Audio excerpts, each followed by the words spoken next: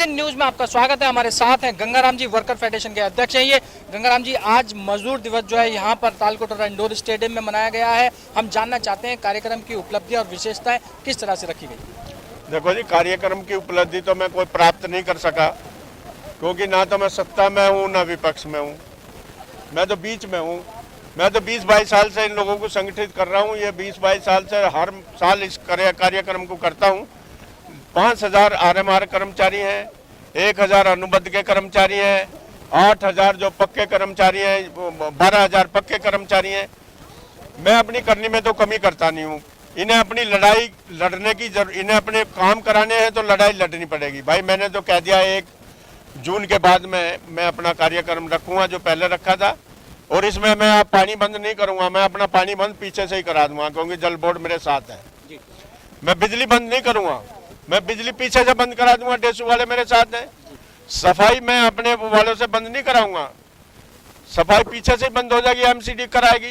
तो मैं उनके साथ में दबाव के रात में, गन्ना भी जब रस देता है, जब वो उसके अंदर जाता है, तो मैं कोशिश कर रहा हूँ। और सबसे बड़ी दुआ तो मैं ये कर रहा हूँ कि मेरी नई दिल्ली सीट से कोई ऐसा व्यक्ति चुन के आए जो हमारे इन लोगों की बात सुने। और काउंसिल में, पहली काउंसिल मीटिंग में हमारा DTL का, RMR का ये मसला जो वहाँ गया हुआ है भारत सरकार में गृह मंत्रालय, उसे लगाए। हमारी तो ये अचीवमेंट है। हम तो 1 साल से इसी बात के लिए लड़ाई लड़ रहे हैं। तो क्या आज मंच पे जो है, जो आपके जो पुराने मुद्दे जो है वो जो चलित हैं, RMR को लेके, DTL को लेके, TMR को लेके और डेथ केसेस को लेके, आज उनके लिए भी यहाँ पे आवाज उठाई गई है? भाई आवाज तो उठाई, हम तो 1 साल से उठा रहे हैं। RMR की, अनुबंध की, करना मूलक की, इनकी DTL की उठा रहे हैं। और मेरे जो साथी आए, इंटक के लोग आए हुए हैं, उन्होंने भी आवाज उठाई है। उन्होंने पुरानी पेंशन के लिए आवाज उठाई है, आउटसोर्स के लिए आवाज उठाई है, न्यूनतम वेतन के लिए आवाज उठाई है। गंगाराम जी, कुछ लोगों का मानना है कि 7 पे कमीशन जो है वो पहले शुरू में मिला और फिर उसके बाद नहीं मिला। हम ये जानना चाहते हैं कि 7 पे कमीशन का मामला क्या है। देखो जी, जो लोग बोल रहे हैं वो झूठ बोल रहे हैं। 7 पे कमीशन की अलग अलग भिन्न भिन्न परिभाषा दे रहे हैं ट्रेड यूनियन के लोग।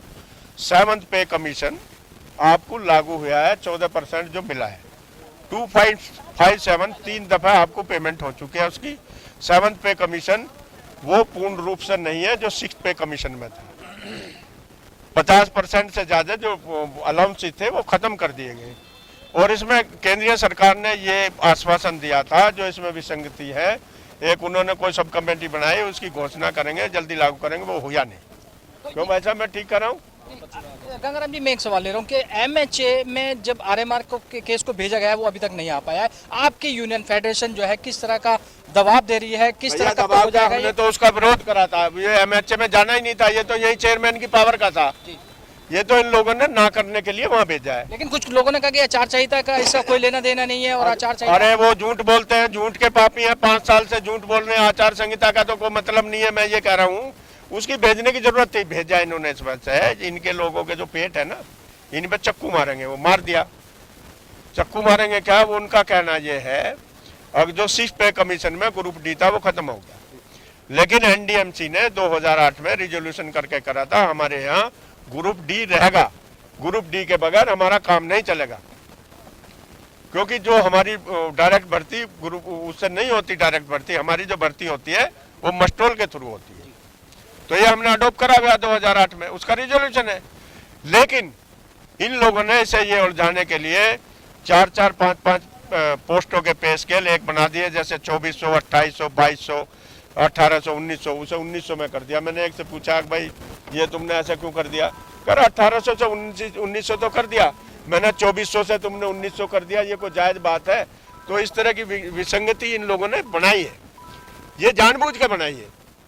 ये ऐसा नहीं को अच्छी बनाई। और एक डिपार्टमेंट की नहीं है, उसका नक्शा ही बदल दिया पूरे NDMC का। NDMC का जैसे सिविल का बेलदार है, उसका बनाया सहायक, पालिका सहायक नागर। विद्युत वाले का है पालिका सहायक विद्युत। सफाई का है पालिका सहायक स्वास्थ्य। ये दुनिया में कई पोस्ट है। अरे जब जिक्रा मैनुअल का आता, CPWD मैनुअल का आता, तो ये पोस्ट कहाँ है मुझे ये बताओ।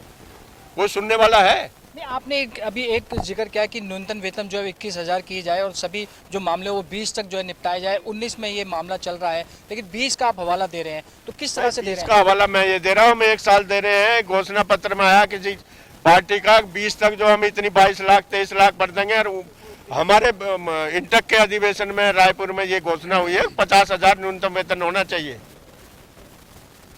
आप बताइए 20-22 हजार में एक कर्मचारी अपने घर की वो क्या कहते हैं किराया भी देगा और अपने बच्चों को पढ़ा लेगा।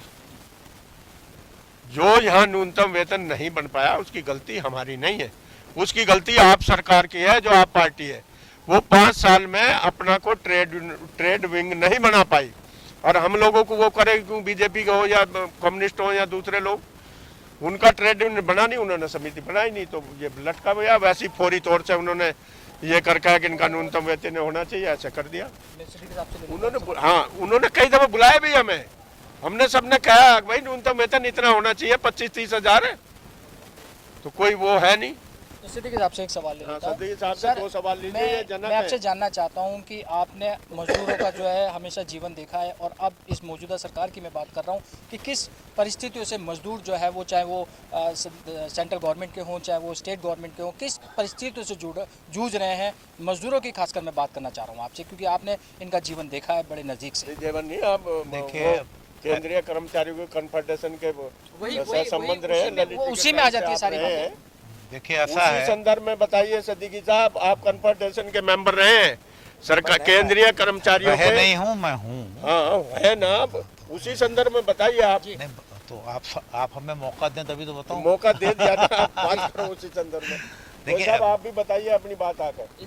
देखिए ऐसा है कि एक बहुत बड़ा अंतर आ गया है आजकल, और वो अंतर है सोच का। हम ये नहीं कह रहे कि मजदूरों की स्थिति पहले बहुत अच्छी थी, अब बहुत ख़राब हो गई है। पहले भी ख़राब थी, आज भी ख़राब है, लेकिन अंतर ये है कि पहले जब सरकारें थी कांग्रेस की, तो कम अज़ कम वो मज़दूरों के बारे में सोचते थे, पे कमीशन का गठन करते थे, वेज बोर्ड बनाते थे, कुछ न कुछ सुधार की कोशिश करते थे। लेकिन आज की जो सरकार है पिछले 5 सालों से, वो मज़दूरों के बारे में नहीं सोचती, आम आदमियों के बारे में नहीं सोचती, किसी के बारे में नहीं सोच रही। अगर सोच रही है तो केवल पूंजीपतियों के बारे में सोचती है, और अगर मज़दूरों के बारे में सोचते हैं तो बड़ी छोटी बात करते हैं। मिसाल के तौर पर इन्होंने ये कहा कि असंगठित क्षेत्र के जो लोग हैं उनको भी हम पेंशन देंगे।